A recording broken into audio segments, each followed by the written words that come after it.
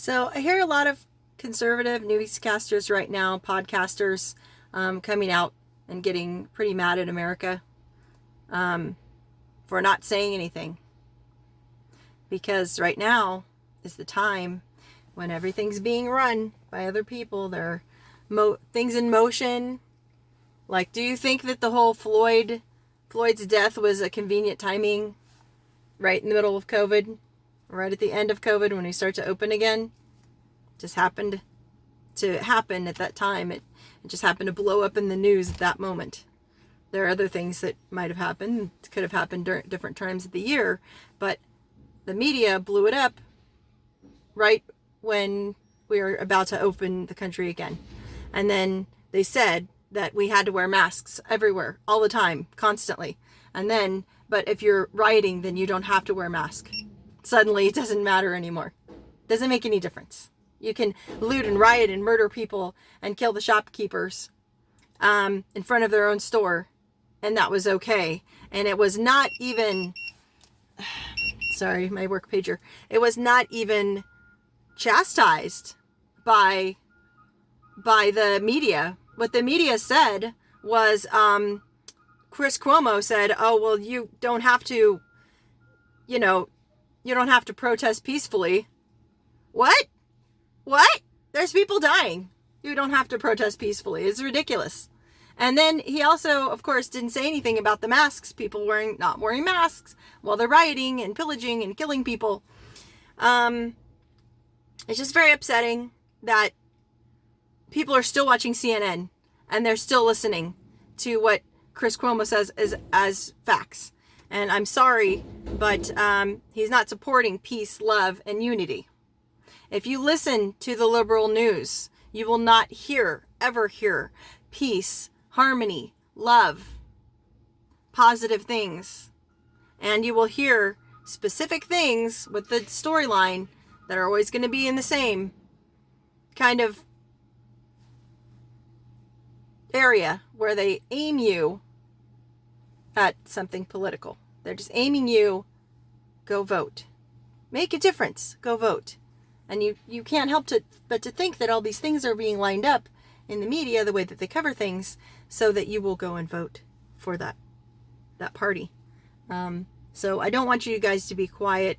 I expect you to have arguments. I expect you to have debates. If you are a person who loves America, I expect you to love America. I expect you to stand up and say, no, I'm not going to shut up about this. I'm going to keep talking about it. I'm going to keep doing it. And I'm sorry if you don't like it, but you know what? You should stop watching the freaking mainstream media. If I had some friends that unliked me and disliked me on, and unfriended me on Facebook, but almost all of those people would not listen to a single dissenting opinion.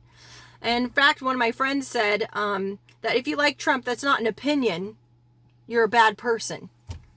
Yeah. You're not allowed to have a bad opinion or a different opinion. If you can't argue with someone or you can't even debate with them or speak to them about it, they need to just take a break themselves. And maybe they should just stop watching TV in general.